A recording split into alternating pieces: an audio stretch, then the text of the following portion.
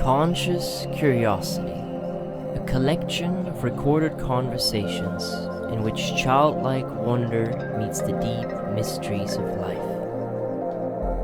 Hosted by Indigo Bruno and the Star Child. It doesn't matter. We don't have to do a brief intro. But Yeah. we were talking about the Denver airport in Colorado because your friend just went over there, or he's planning to go over there, I guess, to live for a while. And I was saying how it's Denver and Colorado in general is a good vibe, other than that one airport, which is just full of these very weird symbols that are tied to, conspiracies about the cabal and underground bunkers and the lizard people that supposedly control humanity based on the conspiracies. I don't know. I went over there when I went to visit someone, and I remember just the first time like landing, and I looked around, and usually in the posters that are just on the walls, like promoting things, there was a I remember I saw a picture of like a lizard with like a construction hat and then like dressed, and they were like it was like an image of them constructing some underground thing. And then there was a joke on there that said like, oh, Denver airport is not building underground tunnel systems or whatever, something like that. I forget what it was, but it was like I don't know, it was like trying to poke fun at the idea, maybe at the same time that it was also like revealing it. Yeah. Truth in plain sight type of thing, huh? Yeah. Best way to hide is just making it a joke, Yeah. I'm pretty sure that's, I don't know, when I was into conspiracies, I don't know if you heard of that, but that's like supposedly one of the, I guess, like cosmic laws that when you do something, you have to disclose it in some way. So if they're doing that, like if that's actually a thing where they're building these underground tunnels, and that there is some elite group of, I guess, humans or lizard people controlling everything, they have to disclose it in some way, shape, or form, whether it be through that or even through like movies and TV shows, which I think there's one TV show that talks about it, but who knows? All that stuff is really hard to tell whether it's just genuine or just some fun conspiracy. That's, yeah. Yeah, for sure. But the Denver airport, of course I've heard about it. I think if you're around these types of circles, or just like intrigued by the mystery, and I think some conspiracy theories definitely belong into that rubric. I think there's like a dark level of conspiracy theories, Yeah. and then there's like more of like the lighthearted, like, oh, let's see what this is about. Like this is like a fun little, is this a thing, It's like the iceberg of conspiracies almost. Yeah, and like it depends also on how serious you take this, like if we sit here and talk about the Denver airport, there's one way to go about this, like saying, oh man, these pictures are really strange, and they are genuinely strange. I don't know what that has to do at an airport. It just doesn't make any sense. But there is like an aspect to it, like the deeper you go, the more you can kind of also drift into like the circle of like, oh man, like how real is any of this, or like what does it mean? And I don't know, I think for me at this point, like with the philosophy of, man, I don't know shit, like it's fun to kind of like in be invested in it, like research about it or like read about it, but I don't want to just sink into it, because I think that just makes your life like a bit miserable if you just think that there's evil forces hiding behind every corner. Yeah, that's exactly what I thought when I was getting too deep into it in the beginning of like my spiritual awakening. I thought it was leading me too much into like fear and worry all the time, worrying about whether there's fluoride in the tap water, and not wanting to take toothpaste or drink tap water at any restaurant, or just thinking constantly about whether there's some elite force controlling everything. And it's like it's very focused on just negative energy, I guess, or just the focus there is not something that's positive for humanity. And I think if you think about the whole idea that we manifest reality when we think about it, or where focus goes energy flows, I think we should focus on the opposite of that. It's bad when we're too entrenched in the whole idea that everything is not going our way. Yeah, for sure. I think that's such a crucial point to make. I was in exactly the same rabbit hole, like just taking it a bit too serious and like saying like, oh man, there's a cabal or whatever. Yeah. And there might be, for all I know, but I think focusing on that breeds fear. And I find that interesting. I saw that in the journey of a lot of other spiritual creators as well, where it comes from a standpoint of like maybe conspiracy and deep diving into that, getting a bit lost, and then kind of coming out on the other side, kind of finding God in like the the strangest way possible, But I've Yep. seen it happen so many times. It's I feel crazy. like that's definitely what I felt like happened to me. I think one of the first things I got into was the documentary Above Majestic. Have you seen that? Oh, not by title. I don't know. What's it about? It's about just all the conspiracies about the cabal, and I think like even something that I kind of did a documentary about on YouTube, like the Vril Society and the supposed crafts about from the Vril Society, like which is a deep conspiracy about that, which I also kind of stopped really focusing on because like what you said too, at what point do you actually know where that information's coming from and whether it's genuine, and how do you actually know? I think it's better to stay in like you say, like uncertainty and just, like I don't really know anything. But yeah, I was really getting into all those different conspiracies. What was I your think even favorite one? aliens. What was your favorite one? Um, I think it was the ancient aliens one that they mentioned because that wasn't so dark. Like on the iceberg conspiracy tier list, that was Hmm. definitely more at the top in terms of how dark it is. It's just I think they talked about like the ancient Hindu hymns. I think one of them is I forget the name. It'll come to me, but think they made a claim that one of them supposedly described something that sounded a lot like nukes back then, like some cosmic thunderbolt that some god had that devastated a bunch of cities, and it described the effects of almost radiation, where elephants started their skin started peeling, and pregnant women had like deformed babies and stuff like that. So like they made the claim that because it has these effects that sound a lot like the effects from nuclear weapons, maybe at some point in history back then, some society, some culture had these weapons, and that just I guess was some conspiracy in this, which was kind of interesting. But there's so many. There were some that were also more positive, just about I think the interconnectedness of everything. Kind of talked about that. Like the basic belief, like we're all one, everything is connected, we're all God. All like the I guess New Age beliefs, but not just New Age because I see them also in philosophy now that I'm studying that too. They're like there's some very big debates in philosophy which kind of tie into all these ideas, which is it's so cool to see the connections when I got into all this in spirituality with the conspiracies and with these new age kind of ideas. But then I got into philosophy and then I started seeing that these were actually old philosophical puzzles about, what reality is and the nature of God and the nature of existence, which is it's crazy. But yeah, I definitely recommend that documentary. I think you'd like it if you're still into conspiracies and all that. Man, I love a good old fashioned conspiracy theory. Although the term itself, I think, is also really strange. Like I've heard a story once that it was coined by the CIA after the Kennedy thing. Oh, I didn't know that. Um, like I heard that because it was such a big thing, and like even looking at it now, there's so many weird things about the Kennedy assassination. Like Yeah. both of them, really. Like even Robert Kennedy, that was also really bizarre, and you could kind of see that there's a sort of an incentive, to get rid of some of the ideas that Kennedy proposed. I mean, he wanted to get rid of the CIA. Yeah. Um, but I don't want to dive too deep into this as well. But there's recently, and I think it's also been really popular because he was also on Joe Rogan and Rick Rubin's podcast. But Tom O'Neill and his book. Have you heard about this? Because this is actually I mind have. blowing, and it goes into psychedelics as well.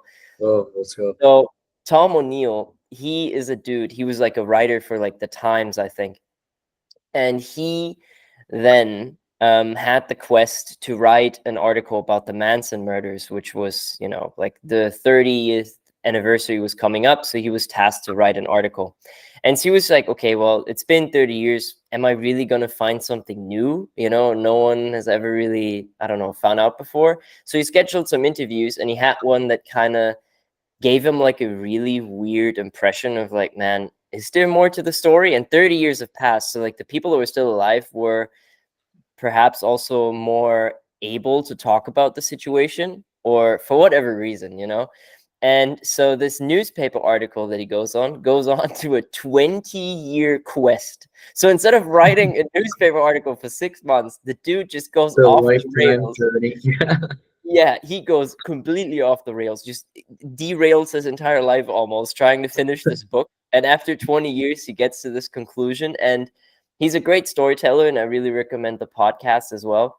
Just like a quick summary was that he found out that there's a link between Manson and the MK Ultra project of the CIA. Oh shit! Yeah. Yeah, and the doctor that was kind of the leading doctor in the MK Ultra experiment was a professor, Dr. Jolly West, who worked at UCLA.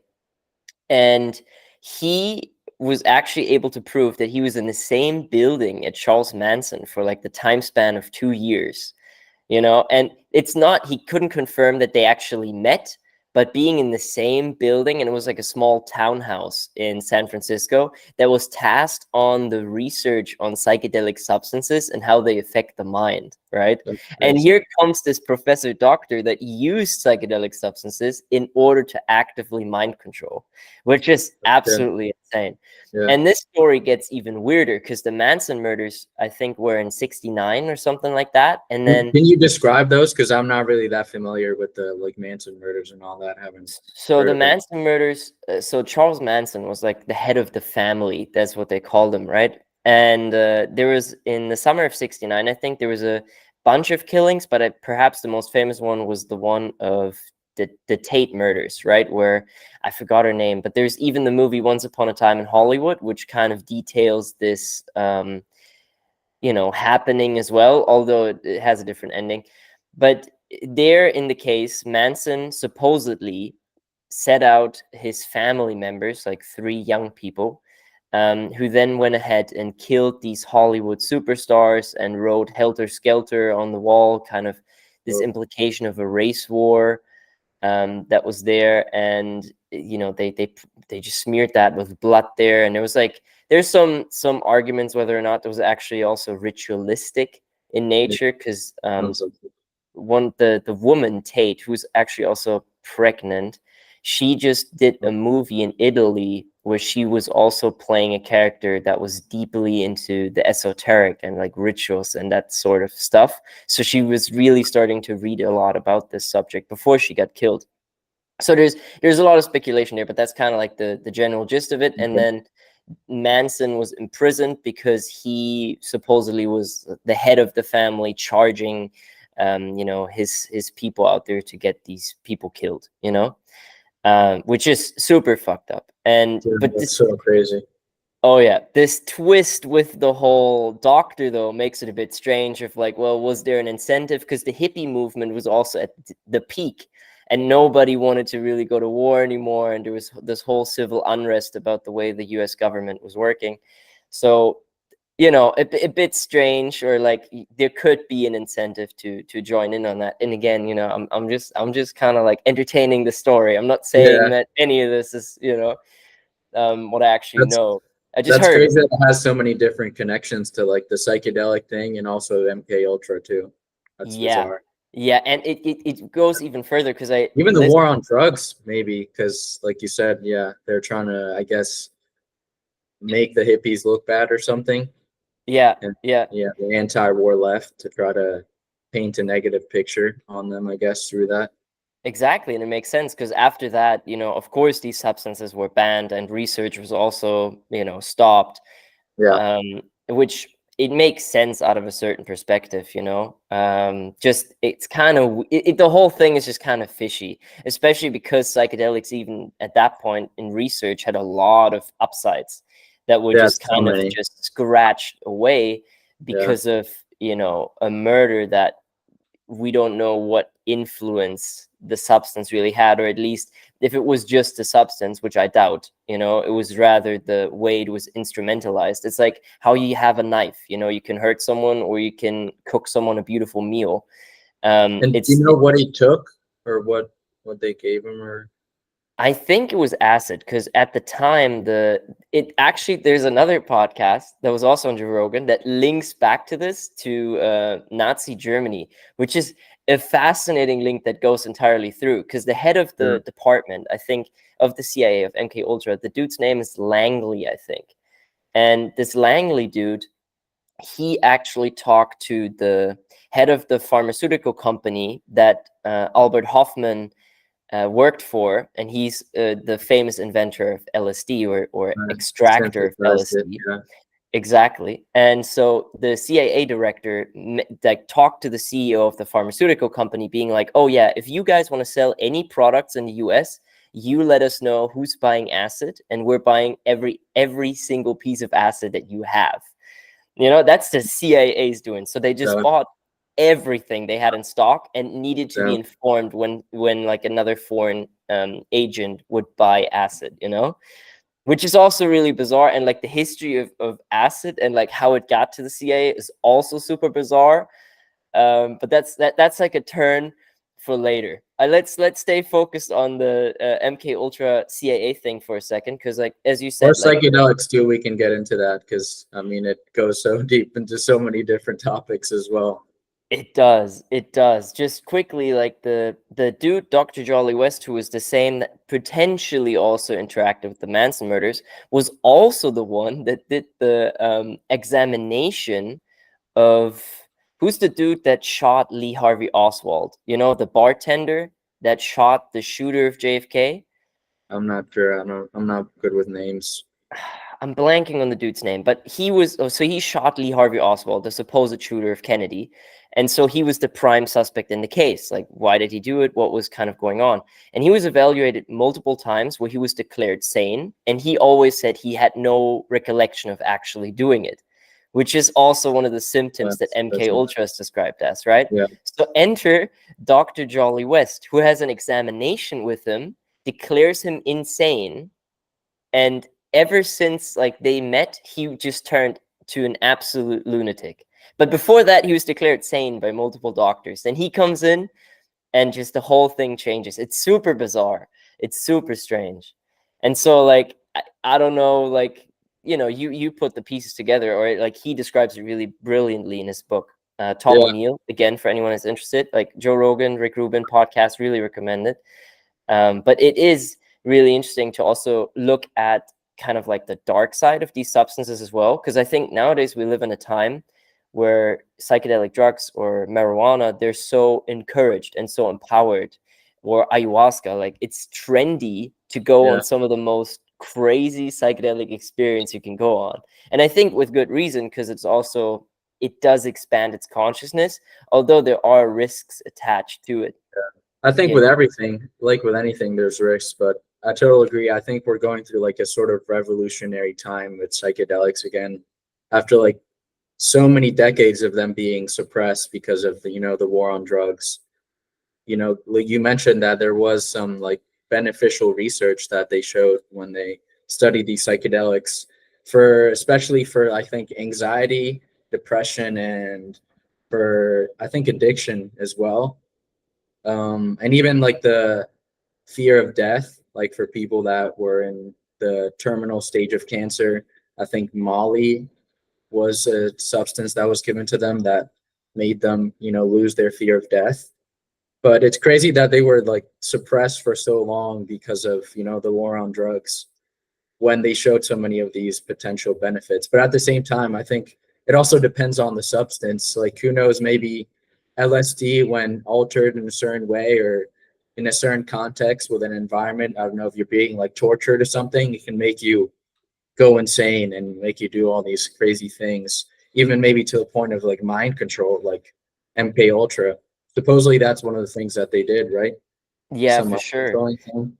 Yeah, I think Manson was said to have put his children, as he called them, or like, you know, the people that were part of his group, he made them take acid and do role play and didn't let them sleep for days at a time, just keeping them high on acid, doing role play, and they had to do some like really obscene things to kind of like get accustomed to like a sort of way of being. And of course that fries your mind, you know. I think these substances, they're super powerful, and if used in the wrong set and setting, then that's Yeah, really bizarre. But it's also crazy what that brought to us. I mean, Ram Dass, you know, one of these yeah, spiritual leaders, how he kind of emerged out of this professor that was just giving students acid, you know, yeah, to one of the biggest spiritual leaders in the world. It's just also such a weird thing. Or the influence of the Beatles, or yeah. even Silicon Valley with Steve Jobs being an advocate for Didn't he take? acid. Yeah. Did he Yeah, take consider like microdose mushrooms or something like that, or both I or something? I think he did a lot of things. Just recently, a friend of mine reached out, and like we talked about books we're reading and whatever, and he said he's reading the autobiography of Steve Jobs, and he gave a lecture at Stanford to like some business students, and he asked anyone like, "Oh, who of you have taken acid?" And no one raised their hands, and he just wrote, "Man, that was so disappointing," you know. And it's crazy that these top figures in this world have also just, you know, done it or experimented with these Yeah. substances, yet they were illegal for such a long time and still are. You know, there are a lot of people in So, jail for possession of psychedelics, even natural ones. yeah. And I think it's crazy that they're catalysts for, like a sort of spiritual awakening too. Like with Ram Dass, I think Terence McKenna once described them as like deconditioning agents or like ego dissolving agents because they really make you lose your sense of self in a lot of different contexts and unite with a larger sense of self or like a larger reality. Um, like for example, and with mushrooms, I think what they usually do is they have you have that ego death and then you sort of unite with whether it be the sense of humanness that everyone has, like, oh, we're all humans, I'm not, you lose your sense of individual personality, like I'm Bruno and you're Philip and we have our preferences and all this, but all that sort of drops away when you take that psychedelic and you go undergo ego death. You kind of have the sense that, oh, I'm not that anymore, I'm just a human humaning, and you have that sense of larger sense of identity that can just, it keeps also transcending to larger senses of identity, which is crazy to me. How like psychedelics are catalysts for that, but at different levels. So I think LSD works with that sort of sense where you kind of lose your personality and gain the sense of just humanness, that's your identity. And also, I think with psilocybin, you can also gain the identity of just like being nature or being, the earth and the interconnected web of life that we talked about in the other podcast. But there's even some like the more powerful ones like ayahuasca or DMT, where you completely lose again your personality and your individual perspective on the world, and you gain the sense of identity of existence itself. Like you become everything. You literally are all that is. Like, and you have a sense of oneness and identity with all of existence, which is, it's crazy noticing like those patterns because it's the same thing. It's like the sense of ego is lost, and then you lose a new sense of identity, which is greater than the ego, whether it be a sense of humanness, the sense of becoming the earth, or the sense of becoming all of reality, the source, as Dolores Cannon calls it, who's a past life regression patient, hypnotherapist, or like I guess religions call it just God or the absolute. But it's so fascinating to me how that occurs with just one substance that it's found on the earth and like just another living like plant. And you just take it, somehow affects your brain chemistry in a certain way that triggers these experiences. I'm not sure what your take is on that because I've been like kind of thinking about it, whether these experiences are like, let's say if you have an experience that is very similar to the experience of enlightenment, where you kind of unite with the allness and the sense of the pure light and love. When you have that through just meditation, you know, without taking any substance, and when you have that experience when you take psychedelics, is it like still a genuine experience even though you're using another tool that impacts your brain chemistry? And if so, in what way would it be that? And if not, if it's not, then why would it not be a genuine experience? Because it's still experiencing the same thing, but you're just using a different tool to get there. Damn. All right. That's a deep question you made out of that. But I would say it's completely legit to use them if they're used correctly. I think if you overdo it, there's a point in time where it probably also corrupts your mind. Like same like if you stay high on acid for, you know, days at a time. But I think humans have always kind of consumed things that altered their brain chemistry. You know, I think it's the same thing. Like if you drink alcohol, is the Yeah. experience you have then on alcohol not real or not genuine? I don't think so. I think it's genuine. And the same thing can be said for psychedelics, because then I feel dreams are also pretty psychedelic in nature, perhaps Yeah. also because of the DMT we have in our own system that is potentially also then the catalyst for these dreams that we have.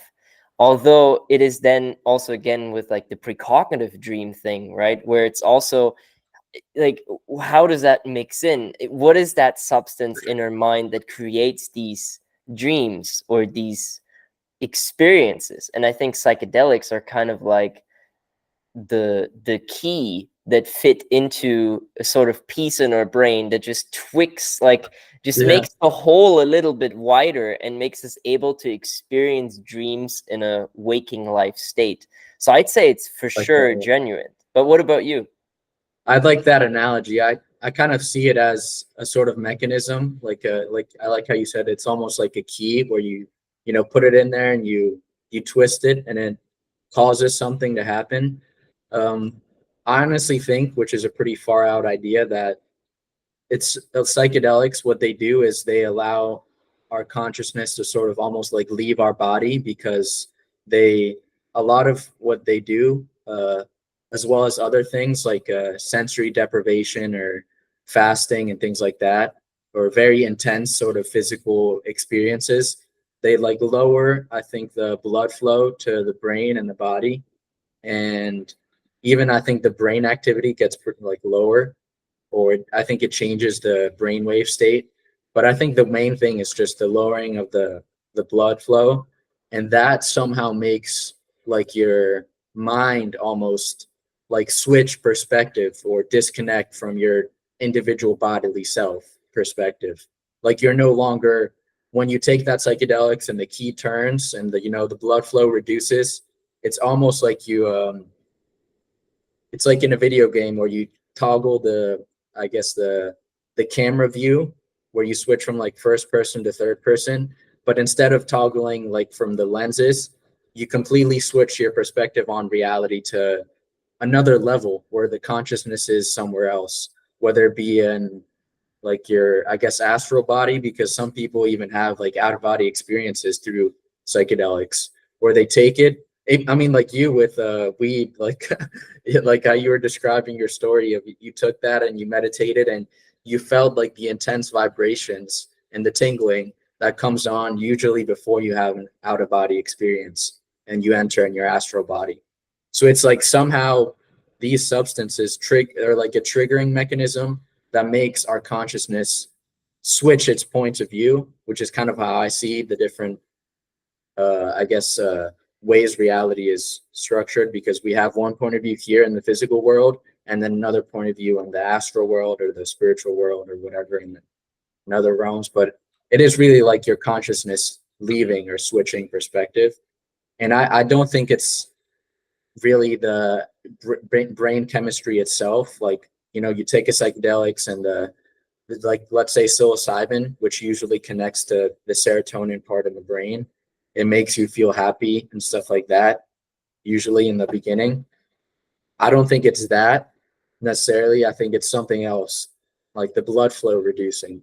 which is tied to psychedelics, but it's not what the actual psychedelic compound does in the brain, like when it activates, when it clicks in to the receptors in their neurons and it triggers certain emotional things like happiness and reduced anxiety and stuff like that. But yeah, I think there's still genuine experiences because of that.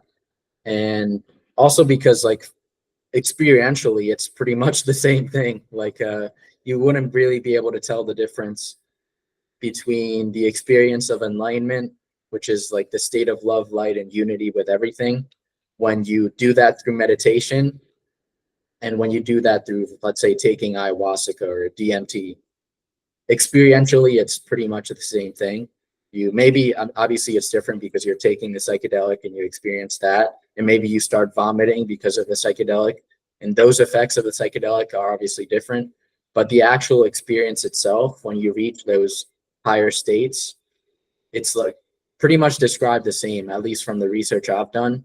Uh, when mystics describe it from different religions in their texts, when they do it through meditation, and then when people now today with the whole psychedelic renaissance, when they describe these states by taking these substances, it's pretty much the same. So I kind of see the point, but I think there's still genuine experiences. Yeah, I think there's something about reaching that state kind of from a clean and sober perspective. I mean, I have a good friend of mine who has joined a spiritual community that's like an Eastern philosophy. I met him in Portugal, and when he grew up, he did a lot of psychedelics and experimented around with it a lot. And then he kind of found this community and really followed strictly the path of meditation, even doing a monk apprenticeship somewhere in the Black Forest. Just completely, it was like winter, wearing barely any clothes, eating like one loaf of bread, and still doing heavy work and meditation. Seems very extreme. He became a full-blown monk. Yes. That sounds like it. So this dude is just an inspiration to talk to. And what he said was that you really don't need any of the psychedelics, and that he experienced the same levels of, conscious states that he has had on psychedelics as he did have in meditation. However, he did say it felt cleaner and better in meditation. Did you ever have an experience in meditation that felt psychedelic in nature? Well, it's a good question. I'm not sure, like, in what sense would it be psychedelic in nature? Like the visuals or like the feeling that you get, like emotionally? I'd say whatever, because I think both are part of the experience. So if you Yeah. had either one during meditation, then I would say it's part of it. Yeah, I've had some where I see different things in meditation sometimes. Like when I first started meditating, I used to see the Chichen Itza like pyramid from Mexico for some reason. I didn't really know that's what it was till like later because I like drew it in my notebook after my meditations, and then I think I showed it on an Instagram live, and they were like, "Hey, that actually looks like Chichen Itza," and then I looked it up and I was like, "Oh, well, that does look like that." And your But mind confirmed your Mexican heritage. yeah, They're like, oh yeah, yeah, yeah. low key, I feel like that might even be like some past life thing, if that's a thing. Like it's like a subconscious memory somehow. Because in my meditations, I remember I used to like very vividly be able to like move through the arena of like the place there almost. Like I saw the pyramid, but also like other structures around it and like the pathways and the trees, and I like could move around in my mind. And there's other meditative experiences that I've had kind of like that. I think one was also one of my first ones. I think one of my first one actually was a guided meditation I did. I think it was during the summer of a summer which was during COVID in 2020 maybe, and I just decided I wanted to try guided meditation. So I went on YouTube. I looked up third eye guided meditations, and I saw one like the first one like guided meditation for opening your third eye. And I clicked on that. I put on my headphones, went out on the porch of my balcony. I sat outside and I just started listening to it. It was like the voice of a British lady, very calming. And then she just started talking about, helping you relax your body and getting to more of that meditative state. But then she started giving you like prompts, I guess, to sort of visualize or imagine things in your mind's eye as you got deeper into the meditation. And I think one of the first ones was like see yourself in a forest and really try to sense everything that you see, hear, and smell. And it was like so vivid because I was like so deep into the meditation. I could really see myself in like a very dense forest with very tall trees and bushes, and I could even hear like a creek running in the background. And then she would give like a prompt that would make you like intuitively see what would come up in the vision other than what she was actually making you imagine. Like she would say, "Oh, look around. What else do you see? Is there something next to you?" And then when she did that, all of a sudden I just saw like a black jaguar come out of a bush and like start approaching me. And then it just sat like right next to me, and it was like peacefully just sitting there guarding me. And it was just so cool that I wasn't like, it's so weird because you can kind of tell when you're actively imagining something and trying, like, oh, I really try to imagine the forest and all that. But when she said, "Oh, just look around and see what you see," I just intuitively, my mind just popped out the black jaguar for some reason. um so I don't know, for I feel like somehow it feels like even though it's us with our own agency and autonomy creating these visualizations, at the same time, I feel like within that, there's something in there that is also creating it too. And you're like also being guided by that. One, that the jaguar was one thing that I felt like connected to that. And I even thought later on that that was my spirit animal. But going deeper into the meditation, she even said to like imagine a portal that opens like behind you that like takes you somewhere, and it's like a cavern and you go in there. And then she said like, "Oh, see a door in the cavern, and like try to open the door, and then try to whatever comes up when you look through it, go into that." And then I remember opening the door and I just see like the desert and like the massive desert as I open the door. And I like see in the distance, she says like, "Oh, look around, what do you see?" And I saw like the pyramids, the Giza pyramids over there. And I just, she says like to go over to whatever it is that you see. So I started, walking towards it. And I went into the one of the pyramids, and I think over there it was just, she like stops talking for a while and just lets you go into your own whatever you're actually seeing in your mind. So I went into the pyramid, and a bunch of weird stuff like happened when I was in there. I think I like went into like a room, and then I saw a green necklace. I remember a green necklace like standing on a pedestal somewhere, and I like walked up to it, walked to some stairs and grabbed it and like put it on me. And then as soon as I put it on, I like started floating, and I just started like ascending upwards to the pyramid, to the top of the pyramid. And it was like very slowly. And I could just like, I kind of felt stuff in my body too, like the third eye as I like started ascending. And I think that's kind of almost where it ended, where I like reached all the way to the top of the pyramid as I was floating with the green necklace. And that's kind of when the meditation ended. And yeah, it's like it was so psychedelic, like visually, and the feeling too was kind of strange. But it's so weird how the mind can like conjure that. But at the same time, like I said, it feels like there's something else there also conjuring that. Maybe it's the subconscious. Who knows? I don't know. That's a really good, like, even when you were speaking, I imagined some of the things that you said. Like, it's weird Yeah. how the mind's eye, like, even when reading or listening in a conversation, you sometimes visualize in like instances, you Yep. visualize what is being said. Like, when you said the forest thing, I saw you in a forest, just like for a moment. But if I were to focus on this, I could see you there longer. And where's that ability really coming from to really visualize it? And in a meditation or especially like a guided one, it feels so real. And it's like you said, there is an element to this where you have an active imagination, but there are parts of it that just appear. and then you kind of like see, oh, this is like, you know, there's like it's a bit of a surprise with that. She's like, Yeah, oh, that's where's cool. this coming from, you Yeah, know? It's yeah, especially with prompts like that, like, oh, there's a door, you know, what does the door look like? And yeah, everyone's door looks different, and then you go through it and it's like, what do you see now? It's like a desert. It's so fascinating. And one of the things that came up for me with that too is like the principle of sorte do principiante. That's described in or beginner's luck.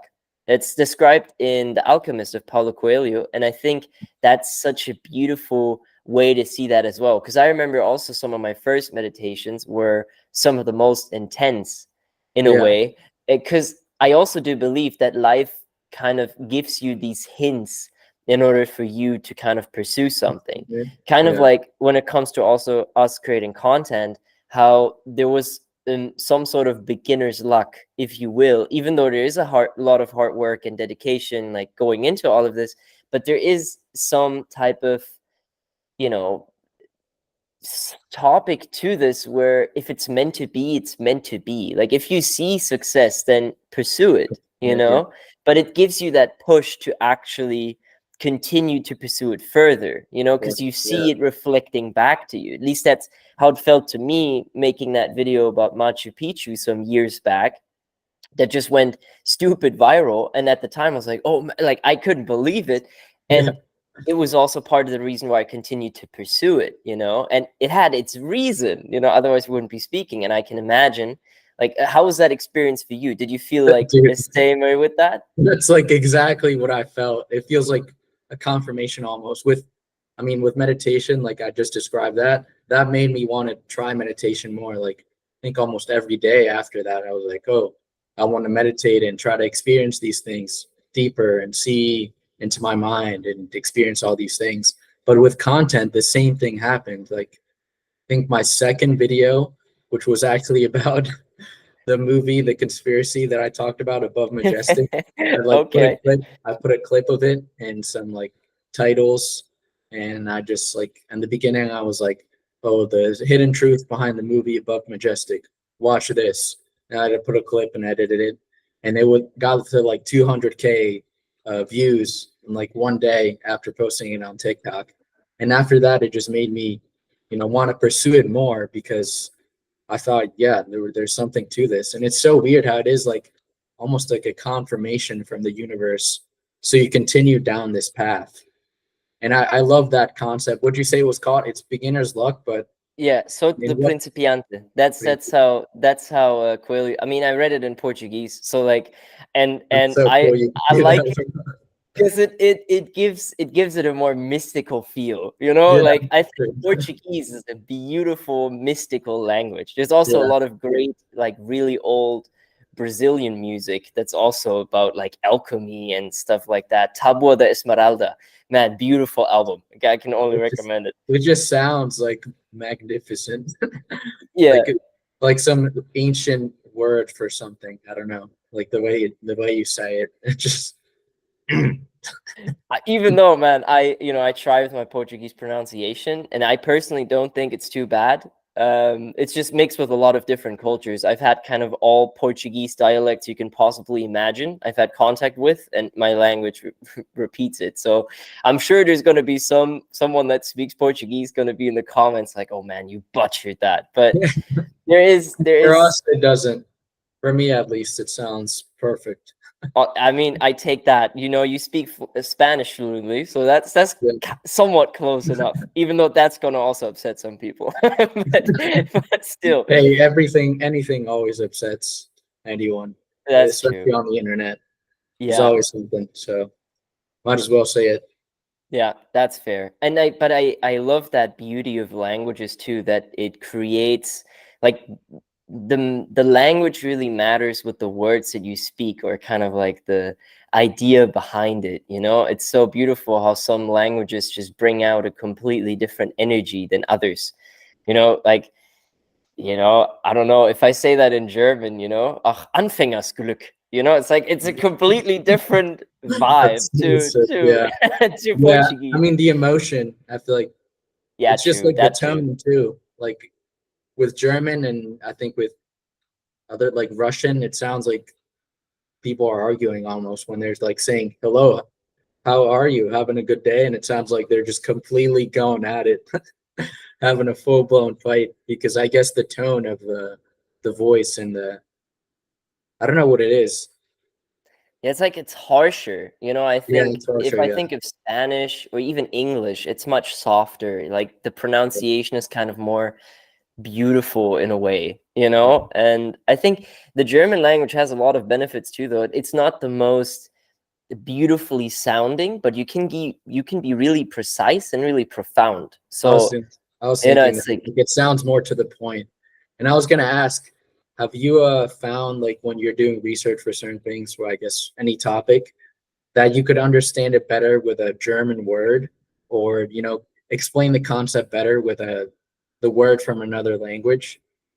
for sure, for sure. I think especially with German, in the beginning, I read a lot of metaphysical or spiritual books, like really tough reads in English, Mm. and I wasn't really able to comprehend it because it was too unspecific for me. And getting into some of Jung's work in German was a completely different ballgame for me, because the words, even though still difficult, but even if you don't know the word, you kind of know what it means, because German is a very building block language. So if you kind of have just words break down to smaller words. That's why we have some of the longest words in the world, like Schifffahrtsverkehrsbeamter. What That's the one hell? word. That's one word. It's What it's does like that mean? it's like someone who is a government official working in like the traffic of boats. And then And just fits like government official traffic boats into like one thing. yes, That's exactly. so And cool. that's how German works. So if you have something like very deep or very difficult to understand, most likely you kind of understand what that word means, because you can kind of separate them, and like you build words together. So I like that approach of it, so for sure German is a great philosophical language. I mean, we kind of talked about that. Language does that in general too. Like with words like subconscious, new meanings of words are pieced together by bringing two different words that already have their own meaning. Like we said in the other podcast, subconscious is an example, but there's like so many other ones where one word comes together with another one. Each of them has a different meaning, and when you put them together, they form a new meaning that like brings those two meanings together. And That's true. it's always, I always thought it's fascinating how language does that, and that's really the way that we're able to abstractly think about the world and form all these different very deep concepts like the subconscious, or I don't know, what are some other examples of words I'm kind of blanking that Well, are pieced I'd together. say good words to name here would also be German ones that have integrated into English, which I also find fascinating. Like kindergarten, that's a German word, which means like garden of children, which is also Yes, really, yeah, that's, really bizarre. Like yeah. Zeitgeist, which is also a great conspiracy movie, but that's also German. It's like the spirit of time put together, Mhm. and it's interesting to also see these influences kind of spreading out. I think English is in a lot of languages. Like I know there's Spanglish and there's Denglish, like the crossover English, yeah, crossover yeah, between the languages. So yeah, it's weird, because at this point in globalism, we more so near a stage of the Tower of Babel, which is everyone kind of speaks the same language, which is yeah, English, and it's all kind of crossed together even with other languages. yeah. That's fascinating too. And back to the question I asked before, I was kind of more asking like in terms of if you found certain words when you're trying to explain a concept that are better explained in a certain language. Like I'll give you one example of one I found when I was getting really deep into my research into the different religions, and I was researching this thing called the state of pure consciousness, which supposedly is a state in meditation where, or even through psychedelics, where you no longer have any sensations, any thoughts, no sort of content of the mind is there, and the mind is just completely purified of all content. It's almost completely empty, and all that's left is like a pure blank observing awareness that just observes or just sees without seeing anything. It's just there and aware. observing or becoming aware of itself. And I always kind of thought that that connected to the whole idea of nothingness for some reason, because I thought nothingness is kind of this thing that's not a thing. It's like it's completely empty of all thingness, of all content. But at the same time, if there was some awareness there, it would be like just a pure blank observing awareness. But connecting back to why I brought it up in terms of language, I was trying to, piece together the whole idea of nothingness and how in English, it kind of, when you divide it, it literally means like it's like you can divide it into no thing because it's not an entity, it's not a thing. And then I found that in Italian, it's called niente or something like that, which is also, it would literally means like non-entity, like it's not an existing thing, but it's kind of like almost like the foundation for existence, which is kind of like how I started seeing it, just how my mind started piecing together thing, when the nothing is almost like a no thing, but it's the very foundation for all things that can be. So it's almost like a blank canvas before painting, like it's the nothingness that exists before everything, so things can actually come into being. Yeah, like a blank canvas. And I pieced it together with that kind of Italian word. And I was just curious if you've had anything like that. But I guess connecting to some other cool connection that I never talked about before, just to mention it here, because I kind of like was seeing how the nothingness is connected to the observing awareness, if they're somehow the same thing. And when I was researching to the different religions, I looked into Judaism and the mystical tradition of Kabbalah. And there in that tradition, God has a bunch of different names, but one of them is Ayin, which is in Kabbalah, it's like the first, almost the first manifestation of reality or God or whatever. It's like what it was before anything was. And it's called Ayin, which means the nothingness. But at the same time, it's the word for eye and the word for seeing. Damn. So it's like the nothing that sees, which I thought was so crazy, that like connected to what I was thinking about. So like in Egypt, that it's like, because it's a Hebrew word, it's a Hebrew like syllable, which is, it's like it's like an A and Y and something like that, but it almost looks like an eye. So that's why it means both nothing, but at the same time it means eye and to see.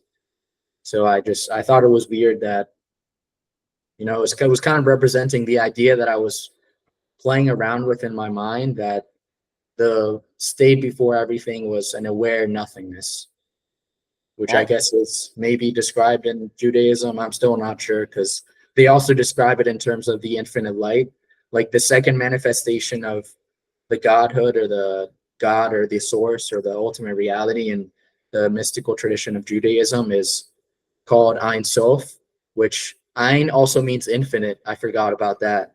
So it has like three different meanings: infinite, nothingness, and the eye. And Sof, I think means, I forget what that means, but like Ein Sof means the unending or the infinite, which is like the second word for God. And then the other one is Or Ein Sof, and Or means light. So it's literally like the infinite light. But if you piece it together with everything before, it's like the nothingness, observing, infinite light. So it's weird. But what? That's crazy. yeah, it's a crazy connection. I'm still figuring it out, because like I've pieced together so many different things, it's sometimes hard to tell what's actually representative of like this whole thing that I'm trying to piece together, like the understanding about the nature of ultimate reality or God or the source. There's different names for it, because I've seen it described in different ways depending on what I'm focusing on. Like when I try to understand it through the state of consciousness, I see it as like the pure observing awareness, but I'm trying to understand it in terms of like larger big picture and in terms of existence and everything. A lot of how it's actually described is like an infinite light, which just is everything. Like like I said, all that is. It's just all of existence in like a sort of pure potential energy state almost. And when you merge with that, it feels like you're just one with everything, because everything is almost contained there in a sort of like infinite ocean of allness. Yeah. And but at the same time, that does sound to me, when I think about it, very different from the whole idea of like a pure observing blank awareness. Like that to me is different from everything in existence in a sort of energy ball, and then a nothingness that is just aware. Maybe that came before the energy ball of everything, or the other way. I'm not sure. I don't know. Man, that got philosophical real quick. Well, I have one question for you. Is nothing contained in everything? I mean, is silence contained in all as the background of all sound? Man. It's almost like is a painting, is the canvas of a painting still there, even if there's a painting on top of it? That's obviously like an analogy. So like the nothingness is still there as like the background for anything that can be, because without it, nothing could be. Almost like a canvas in a painting, or like sound and silence, Yeah. or I mean, there's other analogies, and obviously they're just analogies, which kind of give a similarity to the concept. But yeah, who knows? I think they're at the same time. I'm not sure, because obviously when there's things there, nothing is not there. It's not nothing anymore because there's things. But at the same time, if you see nothing as like a sort of empty container for things that can be, nothingness never left. It's just that things came to be rather Yeah. than nothing in existence. It kind But of at the same reminds. time, Yeah, nothing could be. So nothing could be something. Like that's what I was thinking about. That maybe nothing is something, not not like an actual thing, but just the pure observing awareness, which isn't actually a thing. It's just like a pure observer, a pure naked awareness that isn't. It's not an object, but it still has some like inkling of just experience, or the potentiality for experience. And maybe that it because it's described as nothingness in the meditative state, that's why I saw it as nothingness. But yeah, who knows, man. Man, people gonna have, some type of reaction. They're gonna have a stroke listening to the last like 3 minutes, just philosophical crisis overload. It An reminds existential. yeah, complete existential crisis. Yeah. I'm reminded, like, I don't know why this pops up in my head, but like the Japanese also call it ma, which is also a big thing, but like the negative space within a painting that's part of the whole, like it's needed in order to portray what is there. But also this whole idea, if you have a white canvas and you pour just like a bunch of black dots on it, you reach a point where the entire canvas is black. At which point, if you put white on it, it starts over again, but it's this whole idea of like, well, is this like, what is this, like if it's completely black, if it's completely white with dots on it. But it reminds me of, I think, one of my favorite videos I've ever seen from you, which was this whole theory where you talk about the Big Bang and how the Big Bang, correct me if I'm wrong, but like the way I understood it from your video was that the Big Bang was kind of consciousness becoming conscious of itself, which I found fascinating. Yeah. So how would you say that links together? I mean, I guess it could be. I think I did say like that because I think I know what video you're talking about. I think it was in a live, and in lives I often just like spew random things that are just on my mind. So that it might have been one of them. And I think I was just kind of getting to the idea that before everything there was just a consciousness that almost wanted to experience or sought to experience. And everything that was created, the whole universe, the Big Bang, which I have to explain what that is, because it's a lot of people kind of get it confused about what the Big Bang is, because how the name kind of implies. I'll explain that first. So you might think the Big Bang is like a sort of massive explosion because, like the name literally says Big Bang. It's like a big boom, like a massive explosion that sort of started everything. But traditionally in the scientific, I guess idea behind it that's been supported by a lot of different experiments and predictions is that it's just the universe itself. Like before, like supposedly 14.8 billion years ago, the universe was, I guess, like a tiny dot. And the term universe usually means space time. So it's like Einstein came up with this idea that space and time are connected into sort of one entity. So it's like almost like, I like to think of it as like a sort of like a trampoline almost. It's like a patch of something where space and time are connected because when, which also, I don't want to get too deep into, I guess, like science stuff because I'm sure it'd be way too like complicated. But yeah, I mean, the whole idea of the Big Bang is that space itself is expanding, space time really. And before, space and time were compressed in like a tiny point, and then space, like the universe itself, was just a tiny point. It's not like the universe came into being; it was there already, and then it just started expanding. I think in one video I gave the analogy of like a seed, or like a tree. In the beginning there was just the seed, which was the the baby universe, the seedling of space and time, which was like very, very small, smaller than an atom. It's called the Planck scale, which is like quantum level small.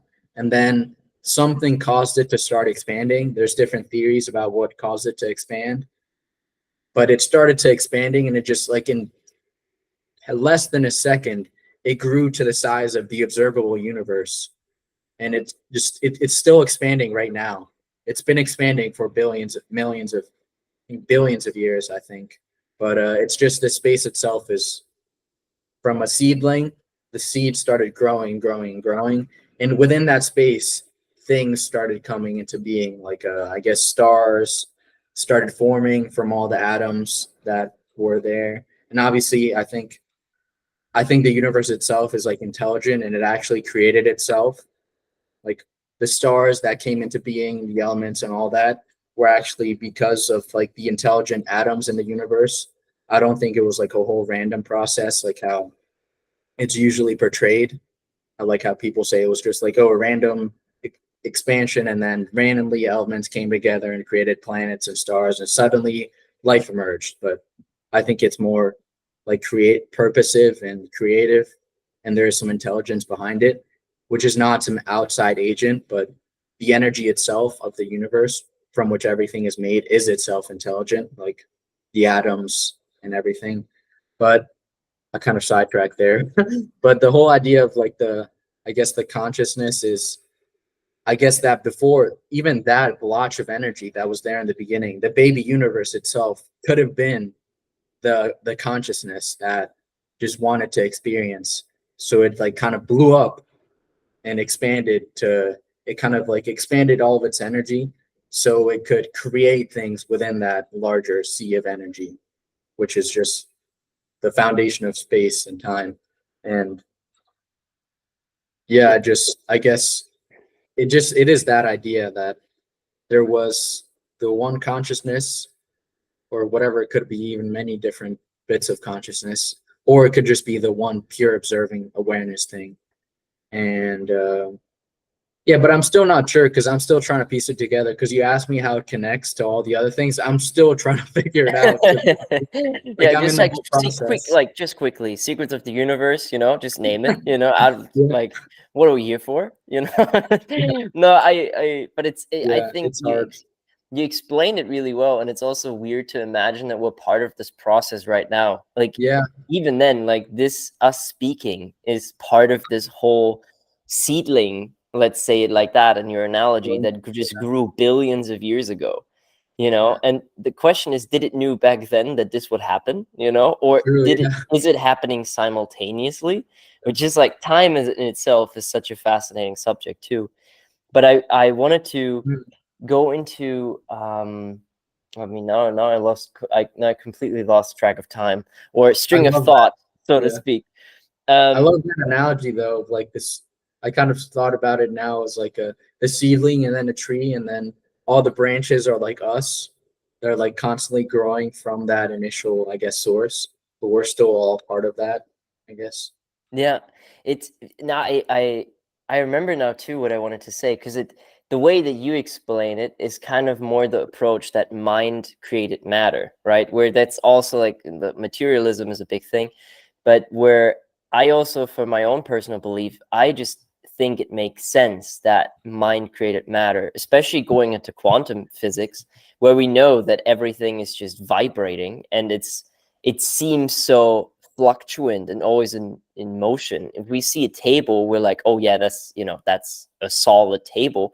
But Yeah, when in reality, quantum physically, this is just vibrating atoms at such a yeah, high rate and speed that it just forms a table. I mean, in what way, can we really live a regular life when we have these types of explanations coming out from like the top-notch scientists that yeah, are like, well, you know what, yeah, well, we're just living in a vibrating sense of the universe. If we touch someone, we never actually touch them, but it yeah. It's just so feels bizarre. like we're like this. It just, you reach a level where nothing makes sense anymore. And there's a great quote from, I forgot who it was, but also a great scientist who said, the deeper you go into science, at the end of the day, all roads lead to God, or the universe in itself. And that's also the reason why I named my van actually O Mensageiro, because talking like also links back to languages. It's Portuguese for the messenger, but in English it's also the same word. So I can just also explain it in that reason. Do you know where the message comes from? Etymology. No, I don't. It's That'd be a good one to look crazy.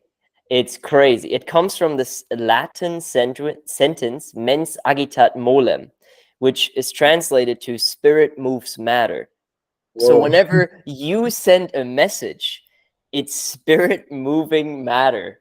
Especially in Wow. ancient times, right? Like you would hand someone a note or like a message, right? Or you go there, and it's the spirit that moves the matter to another person. Yeah. So next time you send someone a message, think about that. And also, I think it's good to tell people too, to like, as a good guiding like tool, to use the etymology thing, because I think we use that for so many things. Like when we Oh try to yeah, understand concepts, the first thing, I don't know about you, but one of the first things I do is to look up the etymology, which is always. the history of the word, the root word. So let's say like consciousness, I look it up, and I found that it was to know, comes from like the word to know with, from a sort of Latin roots, and I kind of pieced together like trying to understand that consciousness is how we know reality, the medium by which reality is known, by which anything is known. Without consciousness, there just is nothing, not even blankness, because it's like when you don't exist, there is no existence without consciousness. So it's like the thing by which we know anything at all, like literally, like there's no other way to put it. It's the medium by which existence itself becomes present to us. And That's crazy, man. Those ancients were cooking with these words. yeah, How do you came up with that? That's crazy.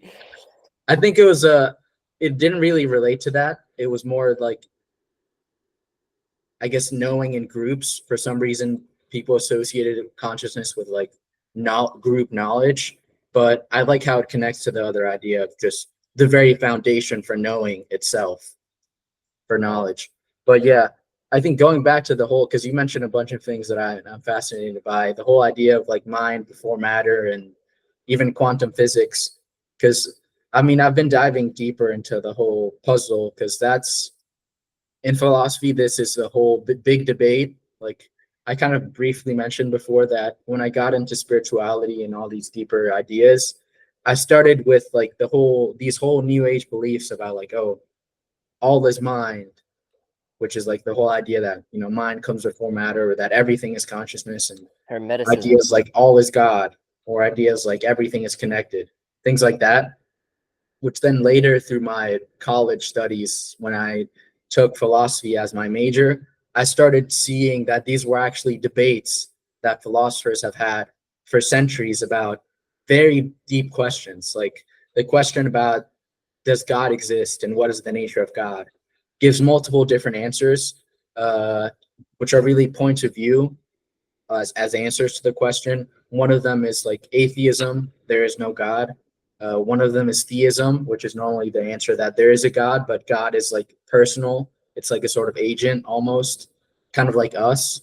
It's like, the whole idea of we're made in the image of God because God is some like all knowing, all good, all the common monotheistic attributes that God is usually given, which are kind of sound a lot like a human mind, but just like a supernatural human mind almost.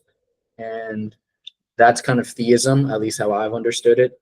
And then, but there's different points of view also as well, like pantheism, which is the whole idea. If you divide it also etymologically, it makes so much sense. Like theism comes from the Latin word theos, which means God. Atheism, it just comes from the Latin ateo, so it's like the negation of theos, the negation of God. Pantheism comes from the, I think, Latin pan, which means everything, and theos, which means God. So it's the whole idea that everything is God. God is all of existence. God is the universe, like kind of some New Age beliefs say.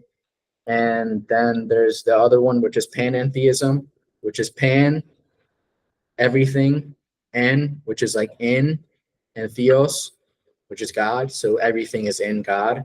So it's like God is everything, but at the same time, almost like beyond everything. It like transcends the universe, and the universe itself is like a piece of God or a part of God. And That's so those are, fascinating. How yeah, like even the words themselves like have the concept ingrained in them yeah. etymologically. And it helps so much to like remember it too, because when you see it etymologically, it's like the word helps you understand the actual point of view that it's trying to convey. And I think like, dude, what was I freaking talking about when oh yeah, like consciousness, yeah, because there's like all these debates that I started getting into after like I got into spirituality and then philosophy. Obviously, the question about the existence and nature of God is one of them, with all those points of view that I mentioned. But consciousness is also one. Like, what is the nature of consciousness and how does it relate to reality? And this is a big debate called the mind body problem, but I don't really like to call it the mind body problem because it kind of implies that it's a problem about how the brain or the mind relates to the body, not how consciousness itself relates to reality in general and matter in general. So I'd like to call it the mind matter problem. Like, how does matter itself relate to mind? Like, what's the relationship between atoms and the structure of things and thoughts and emotions and this observing awareness? And there's many different points of view to that. Obviously, even the etymology of each of them also like conveys the meaning of the point of view. Like materialism is the whole idea that matter is fundamental and consciousness is almost like derivative or doesn't exist at some points of view kind of say that, because matter, like materialism, it literally has matter as the building block in the word. Matter is primary. And there's different explanations for that point of view, but then there's dualism, which has in the etymology, it's literally has dual in there too, which comes from, I think, Rene Descartes, a famous French philosopher, which famously divided in his conception between the relationship of mind and matter. He saw mind as like a sort of immaterial substance outside of time and space, and matter as like a material substance in time and space. I think that's extended. I think in Latin it was called res extensa, was matter, like the extended substance, the extended thing, like this thing right here, an extended sort of piece of matter. And res cogito or something was uh was mind, like the thinking thing, which is just thoughts, emotions, all the stuff of the mind. And that kind of sees dualism, kind of sees them as like separate things, almost like the whole idea that you have an immaterial soul and a material body. but there's other points of view as well, like idealism, which is kind of like the opposite of materialism. And the beginning of that word is literally the word idea, which is kind of pointing to the whole idea that ideas are fundamental, consciousness is fundamental. All reality, in reality, consciousness is primary. It comes first, mind before matter, rather than matter before mind. But there's even other ones like panpsychism, which is kind of related to idealism. And etymologically, that means mind is everywhere, psyche, and pan means like everything or everywhere. So like mind is everywhere. But I don't know. I kind of I've been trying to really piece together what's the best way to come closer to the truth on these debates and subjects, because they're so deep. But at the same time, I think each one of them has like something to teach you. Each point of view has like something. There's a point to them that kind of makes sense. So I think there's something to materialism, the whole idea, because the arguments it gives, I think there's something. I also think there's something to like dualism, because it kind of gives certain points of view to show that, you know, there really is a difference between mind and matter. Mind is like a sort of inner subjective thing. Matter is sort of objective, external. It's publicly observable. We all see it. Whereas mind is like sort of on the inside. We all have our own subjective feelings and thoughts and emotions, and in other ways as well. But I mean, I think like each point of view has something to offer.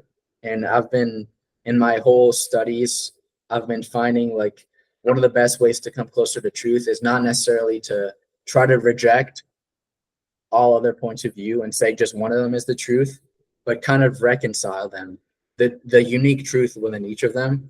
So I like within my own views, even though I resonate with idealism and like panpsychism because I kind of see consciousness as primary, I think they're like the truth is like a sort of cohesion of all those points of view. You're like a pan-truthist, you know? Yeah, It's like you really just you see the value in everything. You saying that, especially in like what to really kind of extract as the truth, brought me to an earlier question you asked about whether or not there are concepts to explain in different languages. Because in English, there's actually a weird thing, etymology, like in etymology, where there's not a word for gnosis. So like the separation of knowing something and the internal realization of that knowledge to be true, which is the ancient Greek concept of gnosis, right? Which is fascinating because you have it in like Latin languages, you have it in Spanish, and you have it in Portuguese. You know, conhecer is gnosis and saber is to know, right? But conhecer is like the that's Portuguese, but that's the lift and in up. Spanish too. Exactly. Yeah, conocimiento or conocer. Yeah, knowledge. Exactly. But that's like the extended version of knowledge. It's not knowledge, Yeah. but like it's the internal realization of that knowledge to be true. And it's the same, like that word also exists in German, where it's wissen, which is to know, and erkennen, which is like that's also a beautiful word actually, because it kind of means that you really identify truth and know it as such within you, right? That's kind of like what that word means. And Is it it's like intuition almost, like the knowing, the deep sense of knowingness? yeah, I Like, guess. oh, this feels right.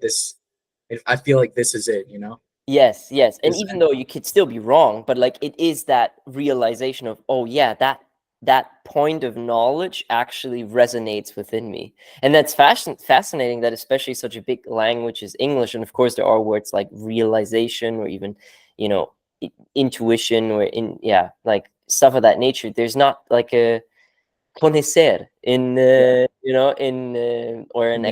in English, which is fascinating. Or maybe Yeah. there is, but it's just been lost in some of the centuries of development in the English Yeah. language. That's amazing, man. I love all these conversations. It's so fascinating to be able to talk about all this with someone, man. So I guess just want to say thank you as well. Man, same thing goes to you, because it's also, and I think a lot of you listeners also, by the way, welcome. Um, maybe you also feel the same way. I think these subjects Yeah. aren't not necessarily something you just put out at any function you go to. This is No. like a very, like, there's only a few select people that you're able to have these types of deep dives into these conversations That's true. into, that are actually able to listen and then also just, throw a curveball back at you, where you're like, Yeah. you adds to like a building block or like some type of story that you're telling. So also thank Yeah. you, brother. Yeah, like we like give our own stories and ask other questions because we have, like we said before, the sort of childlike curiosity where even if we haven't heard about the idea, it just intrigues us, even because we haven't heard of it. It's like, Especially because we haven't heard of it. especially, yeah, And also yeah, to link back to another point, because that also came up during this whole thing, was the to get back to psychedelics, like one of the earliest topics we start with. I think it's also fascinating. I mean, it's pretty popular, the Terence McKenna theory about the stoned ape hypothesis, right? That tiger nut trees, or the fruits of them, were the reason why monkeys started to rapidly increase, or early humans started to rapidly increase their brain capacity, and started to come up with concepts like fire making and cooking and that sort of nature, because it also feels very intuitive to come up with these things, like to cook food which gives you more nutrients, which feeds the body better, or the brain development better. How do you get to that? Like, that's yeah, without you ever seeing someone make a fire and cook a bell pepper over it. Why do you get to the idea to do that? That's, and then not just in one place but everywhere. And you can spin that further, and we have the pyramids that are everywhere in the world. There are a lot of these concepts that suddenly appear, even just from a mainstream perspective, not going into any alternative historical theories. You have a point where there's just things, or the same ideas, kind of spreading everywhere. How you have a Chinese school of alchemy and a European school of alchemy, but they talk about the same thing, which is also prima matera, like this idea that there is a first primeval substance or matter that is kind of there, which is also like a alchemical idea. But it's fascinating that these things kind of evolution. I don't know if conjunct. you've heard of that too. Like the whole theory of evolution was like being like, I guess, like in the air with like so many different people came up with it at the same time. Yes, Darwin, some other dude, and like with so many things that happens with like technology, with the airplane, the yeah, car, the discovery of oxygen. Yeah, and, simultaneous inventions are everywhere. and there's a very deep like explanation for why that is, and like very far out. But you can say what you were gonna say before first before we get into that, because No, it's like that was on my tongue, because like I was also about to say, man, it's weird that these ideas happen in the same place, and they still do.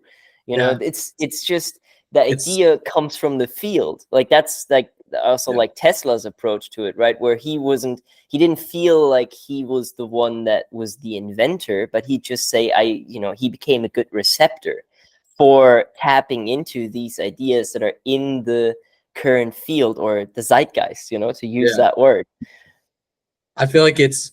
I always think I like to see like the different points of view about what it could be. Like, especially when you ask a question. Like, I guess this question would be, how do these ideas spontaneously emerge in the minds of many different people around the same time in different places? And one answer could be the field of, I guess, the mind, like the collective consciousness or the subconscious, and somehow all our minds are connected at a deeper level. So where when one person thinks of something, that whole idea can emerge, almost bubble up in the mind of someone else in another part of the world. That's one explanation, but there's another one that I've kind of been looking into, which is so bizarre. And Tell me, there's man. I'm books. excited.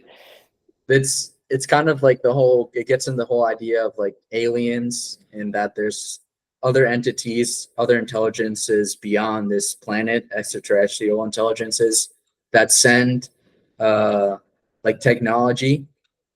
It's been explained a lot, been a lot of different books. And I think it was called the one book by the Roswell book. I forget what it's called. but it was like very popular. And I'll look it up. I'm sure someone can find it later, but it was about the Roswell incident, which was about a UFO that supposedly crashed in 1947, and that the like the newspaper came out with an announcement that it crashed, and because the military announced they crashed, but then years later or days later, I think 3 days later, they kind of took it back. They're like, oh no, it wasn't actually a UFO, just some Weather balloon. balloon. Yeah, Yeah. weather balloon. Yeah, my friend Roger, he actually crashed the F1 too. He was a bit drunk. Don't worry about it, guys. Forget about it. Yeah. Nothing And happened. then, but like that book and also other ones, I think American Cosmic by some religious studies scholar, and other books. I think this one's called Prometheus and Atlas by some other guy. They talk about this whole idea, which is kind of expressed in the analogy of the myth of Prometheus. You know, like I think it was called like the Greek gods gave Prometheus the technology of fire. It was Yeah. like a sort of, it's like the idea that gods, some sort of higher intelligence, gives humanity technology. Yeah. That's I like think the he myth, stole it though. or he stole it. Prometheus stole it and was punished for it, but the idea of it Okay, kind of so remains the same. yeah, Although it puts humans in a different perspective in a way. yeah. So I guess that the idea is kind of different, but it's kind of just saying that the technology is passed from some higher intelligence, and in a lot of these, like the field of ufology, which is the study of, I guess, unidentified aerial phenomena and their supposedly extraterrestrial origin. There's a lot of different people throughout history that have had very weird experiences where they have these very weird technological like ideas, like very innovative, where even the CIA contacts them because their ideas are so profound, and or like intelligence organizations tries to take their ideas because they're like so revolutionary, and they say or they claim that their ideas come to them from these other sources. Like they call them aliens, some people call them other things, but it's like it's so weird how a bunch of different people also describe this alternate answer as to how people get these different ideas at the same time, where it's somehow like, I don't know, whether it be aliens or just some other intelligence, whether it be in another dimension or here, but it's on another planet, they like send these technological ideas, technological advancements, maybe into the field of like the collective consciousness of humanity. So like the answer actually is a combination of both those points of view, where it is the the subconscious and aliens, like, or whatever higher intelligence, sending those ideas into the field of the human mind so people can work on these advancements and advance technologically or culturally or spiritually even. Oh man, And that's yeah. Go ahead. yeah, I think that's it. Those are the two, I guess, points of view as answers to those questions. But that, like how I was saying before, I don't know if I explained it fully, but I often in my like method for truth seeking, I think you could either adopt one perspective as the truth and refute the other one. I like to see it I like to like explain it with words that are similar. So like you can either refute or reconcile. So let's say right now we refute the alien idea and we adopt the field idea as the truth about as the answer to this question about how different ideas come at different points in time and all that. Or we can reconcile both of those ideas, the alien one with the field one, into one new perspective, which may be closer to the truth, depending on, I guess, the arguments we give for it and the evidence. But yeah, so it could be either one of them, both, or neither, like you said in our last podcast too. It All could be right. something else completely. Let's actually put another idea on top of that, because there is this whole notion that mushrooms actually also come from space, right? And so to bring that kind of together, it's like, what if that mushroom is kind of that entity? I mean, we know that Yeah. mycelium is kind of the network that allows plants to exchange nutrients and also communicate with each other. And yet also there are spores of mushrooms, you know, that are also traveling always around us. So like, what exactly does that mean? And if we go back into the stone ape hypothesis, you know, and then maybe even later, if we talk about more of the time of, you know, the way that language, to stay on the topic of language as well, to kind of create all of these words that we use today, like the ancient Greeks, you know, that have had the illusion mysteries, where it's also proven, a great book, Brian Marescu, The Immortality Key, Such a good where book. a lot of the, you know, leading philosophers and statesmen met together in Eleusia in caves, consuming psychedelics together, like wine that had ergot residue in them, which is actually also the same mushroom that LSD was extracted from at a way later point in time. Just, it's crazy to imagine just how many ideas and concepts also rely on the backbone of mushrooms. And then Yeah. also, where do they come from? So Yeah. to bring in, like, to put it together, it's also this idea of like, okay, well, is the one thing right? Is the other thing right? Is, you know, maybe everything connected to a mushroom? Or are we just completely blind? And there's maybe like a X factor that is just, you know, it's kind of there and obvious for people in the future, that they're like, man, how could they not have known this? You know, and that's what's so great about this whole study of everything, or the curiosity of consciousness in itself, to, you know, roll credits on the podcast title. It's super just interesting to look into consciousness, or like life in itself, and admire the mystery. And that's, man, it's so amazing to be alive and to be able to wander so deeply about all of these things that surround us.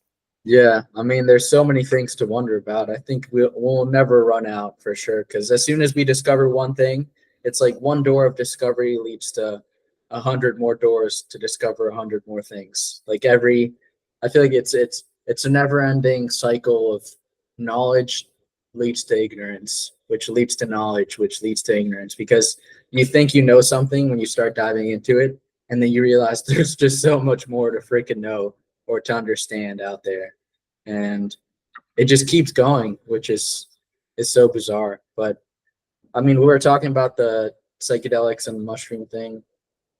What did we? Oh yeah, the Brian Marescu thing. There's a bunch of things that just came to my mind to it too, because he talks a lot about one of the things I'm researching, which is the whole idea of the state of enlightenment, and I mean, what mystics and different religions call the state of mystical union. And he also, I guess, shows that maybe these different people throughout, I guess, in history in ancient Greece, they got to these states through taking these psychedelics, which is I always find so fascinating, that there's different tools that get you to these states, some quicker, some more gradually, but yet it's the same experience. And I think one thing I found fascinating after reading that, or that I just came to realize, was he supposedly, I think maybe even like Socrates or one of the Greek philosophers, or a bunch of them, actually partook in these Eleusinian mysteries, maybe.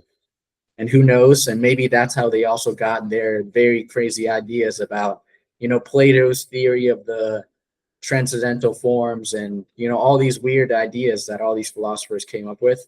And Socrates even has a very, very profound quote, which I included in the one course about enlightenment, because he describes like kind of the state pretty similarly as other mystics.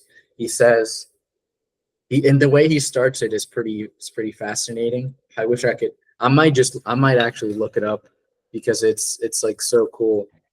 All right, pull that up, Jamie. Oh, We're bringing it back at it. Man, I really hope you find that. I think Socrates is, I think, the philosopher I look up to most, because of his inept attitude to just say, I don't know shit, and I just ask questions. Yeah. That was his method. That's the Socratic. Yeah. And he beat every philosopher, like just reading the dialogues too. It's just him stepping into a building, and you're like, oh, you're thinking about something.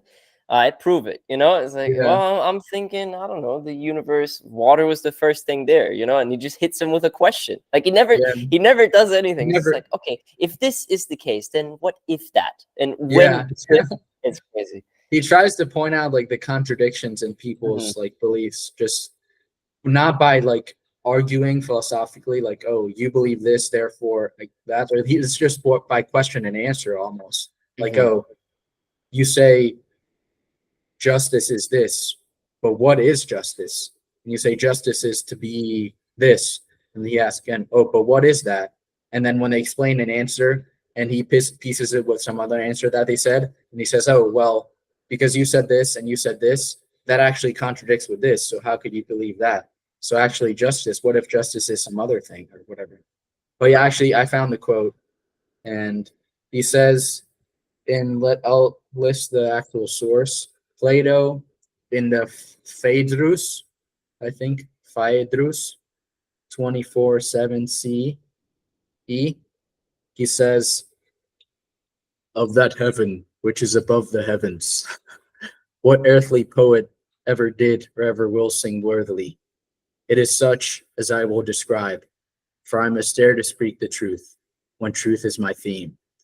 And I guess here he's trying to say he's going to describe the heavens. Yeah, that is hard as fuck. Damn. I'm gonna put that in my bio, dude. Yeah, honestly.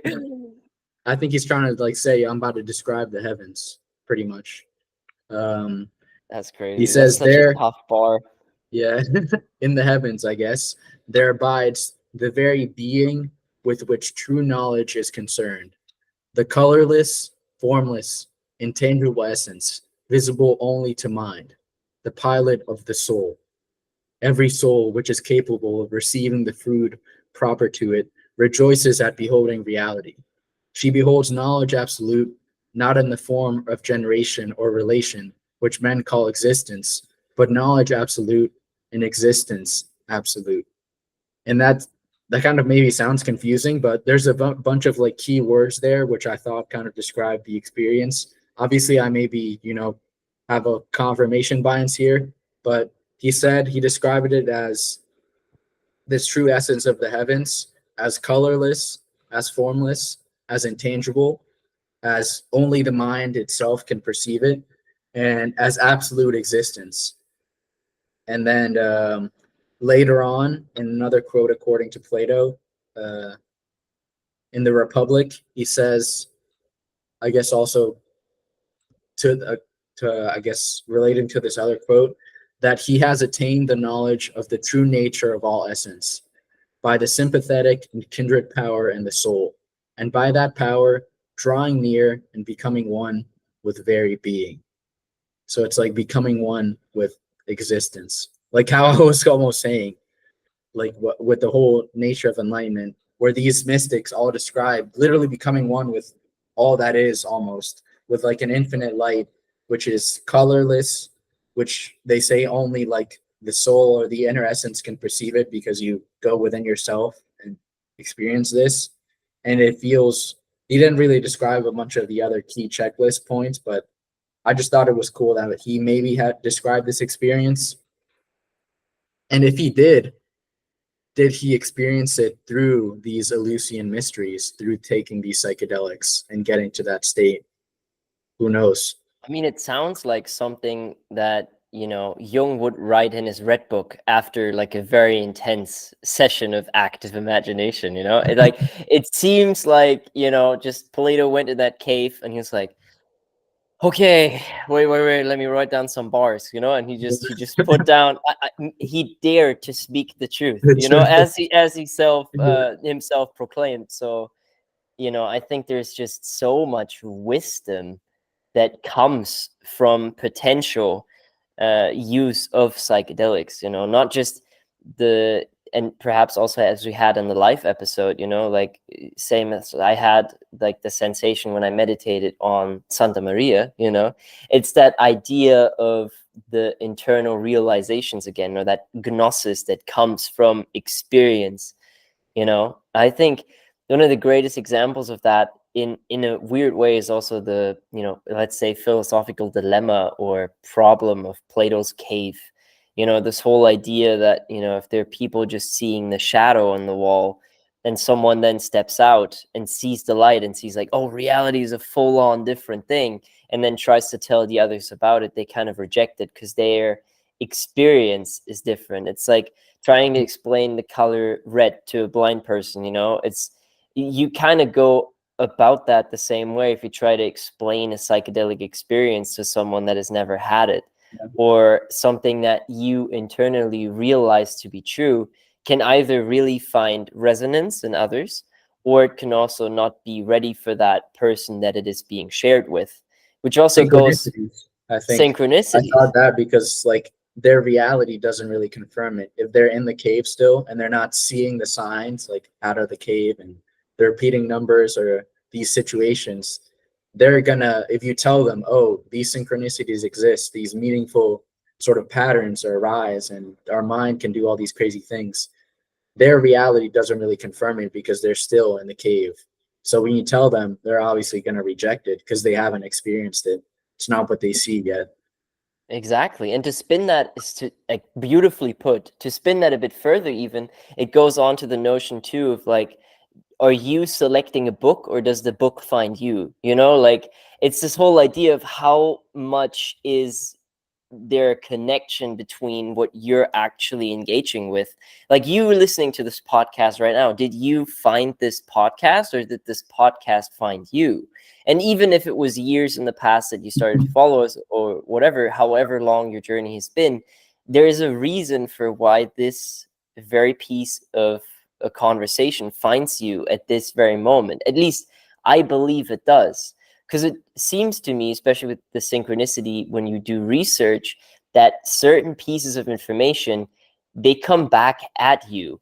Like, sometimes I stumble up, you know, across a piece of information or something in my research that I'm like not quite ready for yet to fully understand or integrate. And then maybe a year down the line, maybe 2 years down the line, I read that same piece of information, and it goes on like a chain of reaction within my mind to say, oh, that's, you know. And that's the fascinating thing about it, because I really like the analogy when you sometimes, and I wouldn't exclude myself from that either, that I'm in the cave when it comes to some topics, but it is about the effort to try to come out of the cave that makes it kind of valuable for a human to undergo on this quest on self-knowledge.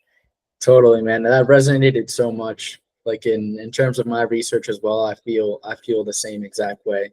I think sometimes I've read some books, especially one like a channeled one. I think it was called The Soul, something Soul, and it like explained this whole experience of enlightenment, like, but the whole mechanisms behind it supposedly, and like the levels of reality, like literally a whole big picture view of what the nature of reality is.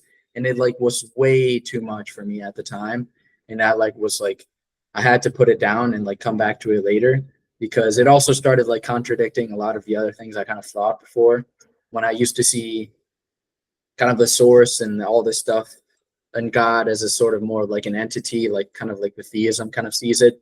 And I started seeing these other sources kind of contradict that idea, and we just started seeing it more as like just all of existence and stuff like that. So it just took me time to, you know, really overcome that sort of confirmation bias and my own bias of not wanting to, you know, getting too attached to one particular belief that I had, and instead of just being more open to being wrong, really. And also in terms of research, I whenever I research, which I think you kind of said this too, where it also feels like when you come upon, it feels like the universe is almost like confirming that you're on the right path. when you Yes. find when you start finding these very weird connections, it's like the universe is almost in a feedback with you, or the reality, where it's like, oh yeah, you're onto something. Here's another breadcrumb. Here's another one. And then you randomly, I guess not really randomly, but you somehow click uh, one of a source, a random video, and then that leads you to like a perfect rabbit hole to like 15 other connections, exactly what you needed. And that's happened like to me so many more times, so many different times, and especially like the Ayin thing was one that was so bizarre. The thing that I described about It's super bizarre. Just yeah. hearing it from you, that sounds like such a weird thing to stumble across. Yeah. Like I was thinking about the whole idea of like the observing awareness and that it's nothing. And then next thing I know, researching the Kabbalah, boom, I find that God, in one of the ways God is described, is the nothing that sees, the ayin, and the nothing, the infinite. And then later on, I find that it's when I start getting into more how it's described as like a sort of infinite light, I see that ayin also means, there another description for it is Or Sof, which is the infinite light. And it's like, it's so weird that reality almost like confirms it. But I mean, at the same time, I'm also skeptical because I know confirmation bias can be a thing, and you kind of look for things that confirm what you already know or believe. But at the same time, it's like sometimes it's way too bizarre to be confirmation bias. It's like almost like reality showing you that you are on the right path. Yeah, and it happens all the time too, with like all bunch of different subjects, like synchronicities and things happening at random that are just so like strange for that to appear. Just today, like it's not really anything research related, but I just found it so bizarre. So yesterday, when we're actually like, we wanted to record this podcast a bit earlier, but I was still working, and together with a friend of mine, we're sitting on a park bench, and we were just, like, we worked all day long, and it was like a moment where we were just kind of joking around, and we were kind of like in an application process where he applied to me if he wants to become my assistant banker, but in a sense of like sitting on this park bench with me. And like real stupid jokes, but we put it on for like 10 minutes, where like it went on to all different corners. But the joke was like, oh, you're a banker because you sit on a park bench. And then this morning, just the morning after, he listened to a radio station, like just at like some other workplace, and the radio station made a joke saying like, oh, I'm a banker now, but they mean like a solar bank, but like they did exactly the same joke we did yesterday. And it's also just, It's so weird. it's so weird because like it's also something specific. And if you never listen to radio, you're just at a place for 10 minutes and then that ad pops up. Yeah.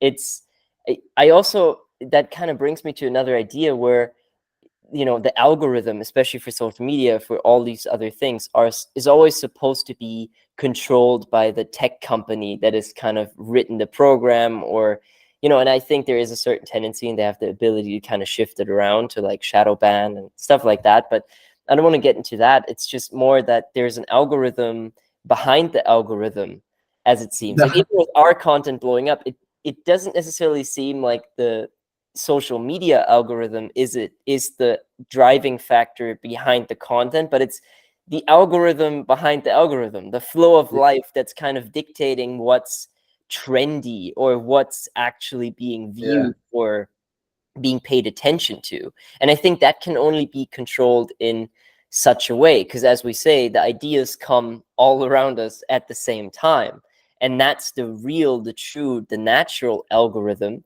that is way more important to pay focus to, I think, than to let social media analytics or anything dictate how well or not well anything is perceived.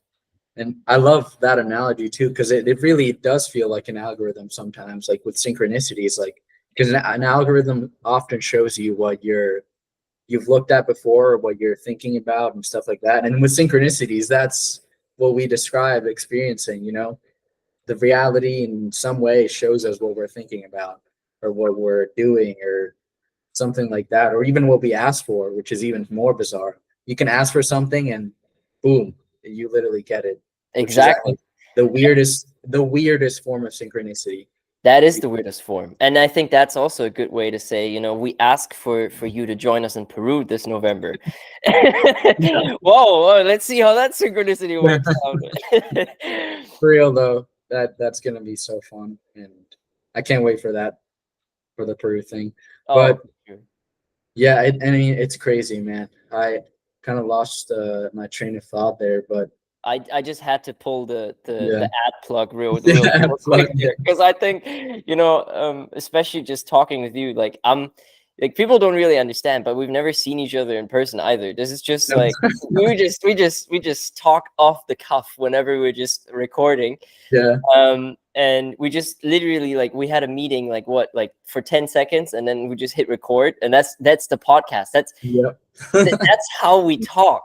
You know, this Yeah. is not some like, This oh is well, a normal we have conversation. topic lined up. Like this is literally how we just conversate. Like we can talk about whatever. It just naturally ends up questioning the entire existence of everything. It's We bizarre. just naturally just uncover the mysteries of the universe and the secrets of reality in just a regular conversation on a Thursday or Wednesday afternoon. Exactly. It's crazy. And sometimes we even think like when we're on a call, like, dude, should we have recorded this for a podcast? When it's like supposed to be a 15-second meeting, and then we just start talking about so many other things. We're like, shit, that could have definitely been a good podcast. Oh yeah, man. You can't have like a 15-minute conversation with you. Like it's just physically it's not possible. Like we just because we drift off into some type of thing. And we also never talked about how long this conversation is supposed to be, or like this podcast. It just naturally ends up being like 2 hours. And it's not because, oh man, we're running out of topics, you know, there's nothing more to kind of like talk about. It's just us being like, okay, well, we talked for 2 hours, you know, let's level it down. Because it's also, for me at least, it's also so inspiring always, because it's like these synapses just being like let loose, you know, and like all the craziness that I have in my head, I get to just let out and just let it out in a dialogue, which is so sweet. That's what I love about it too, because I feel like so many of the things I'm sure we've like kept in our mind for so long.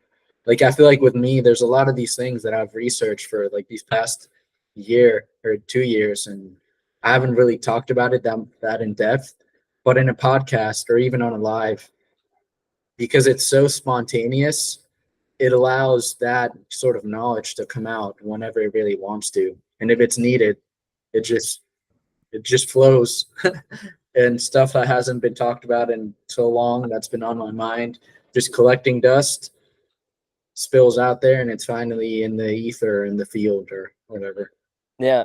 And it's also so interesting too, like to have, because these conversations also kind of, at least for me, they also kind of fit into the grand scheme of my life. Like it makes sense to have the topics that we talk about at the moment that we talk about them. Because it's also whenever you're having a conversation, you don't really think about what you're actually saying, at least in a very fluent one. Like for me, I just speak, but I don't think about what I'm speaking. So then is it really me who's speaking, or is it a mushroom entity that is speaking through me? Even though I'm sober, I don't know. Yeah. It feels like that somehow too, and it's so weird how, look, that honestly it's like so weird thinking about it now. Like I'm talking, but I don't know where this is coming from. It's just coming, and I'm just listening. And I don't I'm know just where it's here for the going to ride. either. You know, Yeah. like the conversation is just naturally unfolding, and I'm kind of observing the conversation in what seems like is an active role, but it's actually kind of passive. Like I'm moving my hands and I'm doing everything, but it's not me consciously doing it. It's like the subconscious takes over and just speaks through you. Dude, is that an end for free will, man? I'm just but it feels like that's just like a weird, because it's somehow like I always think about it as like the systems of the body sort of have their own autonomy too, and then our own consciousness is also like there to override it, but at the same time it's can kind of run in the background, and like, you know, the ideas we have like come out, and even like walking, we don't consciously think about, you know, going up the stairs every step. We already have like the habitual sort of subconscious program of how we're going to go up the steps, or when we brush our teeth, and we sort of don't even do it intentionally anymore. It's like an unconscious habit that's the body is sort of programmed to do after it does it so many times intentionally. And it's so weird how the body it's like programmable almost. And I mean, that I don't want to get in too deep into it, because that kind of gets into the whole idea, because I think reality is kind of like that. It's kind of Oh yeah, intention. There's like mind behind it all, and it can intend to do things and create actively, but it can also step back after it like puts into these systems in place through like habits, because that's what a habit is. It's when you do something intentionally for so long that almost subconsciously it just runs on its own without the intention. All a habit needs is the initial impulse or the initial start of like the program. So like when you brush your teeth or when you go up the stairs, the first thing it needs is just for you to grab the toothbrush, and then the system like just starts going on its own off the checklist unconsciously without you intentionally, grabbing and doing this and doing that. And I think like the laws of nature, the way the planets are formed, the way atoms, structure into larger molecules, and the human body, I think all that is just intentional minds at different levels that sort of form habits that then later just go on and go on their own. Yeah.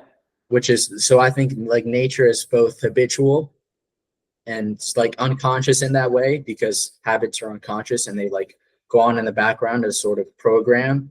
But at the same time, it's like creative and intentional and conscious, because that's what starts the whole program. That is, but yeah, man, I'm not sure though. Like, yeah, it's so funny. I always say that at the end of everything. Yeah, just whatever we say. No, we don't know though. We don't know. Like, this is just a theory, like, but it makes it sweet. And I think to bring it back and maybe also to kind of like conclude it and like make a circle, because it's also been 2 hours. There's one quote that my best friend that's moving to Colorado, which is like really the full circle all the way back to the episode, he always says, and it's the idea that we are such habitual animals that we just follow these habits, and psychedelics is kind of like how our habits are snow tracks on like a ski mountain, on a ski slope, and psychedelics are fresh powder snow, where like all the habits dissimulate and you're able to just drive on new tracks that are just completely off the beaten track. Like no one has done that before, or it's just completely new for you. And I really like that analogy of what it feels like to go and expand your consciousness, which with such a substance. Although again, if you decide to do this, setting is very important. Yeah, for sure. And where you get it as well. You want to, go to some random dude, and yeah, we're not advocating it, but at the same time, I do think they can be powerful tools. But yeah, I've heard of that analogy too. I think it was an analogy even given because psychedelics can like form new neural pathways in the mind, and it's almost like if a skier going down a mountain slope goes down the same trail, it creates that sort of path in the snow where it's like it's marked and it's always the same. And that's like the habits of the mind and neural pathways. They're always the same, and you go down the same path over and over and over again. So what psychedelics do is they almost like erase those and they create new ones. So they wipe away that sort of path in the mountains of the skier, and then they allow you to create new ones, to go down a different pathway, to form new habits and new creative things. That's why I think they even are able to help with addiction, because addiction is almost like a habit. And when pathway is erased, well, you're free to not do that anymore.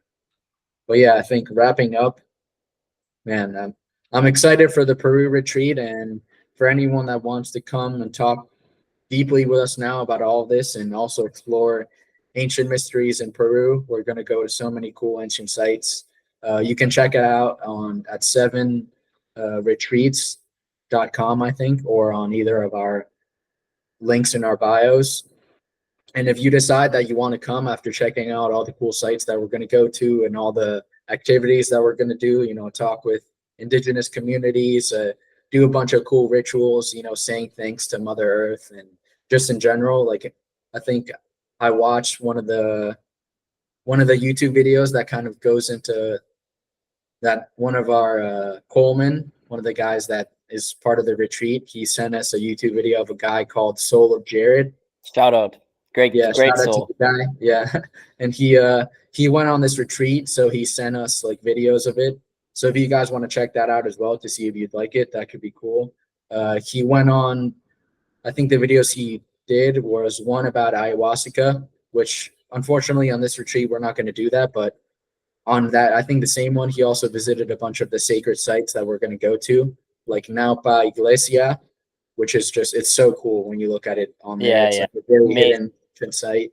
Um, that has like, it gives you the difference. It has like the very cool perfected sort of megalithic stonework, and on the other close to it is like the other stonework that looks different. And I mean, it's so cool the way they explain it there, because it has like some supposedly an underground cavern system, and it's so cool.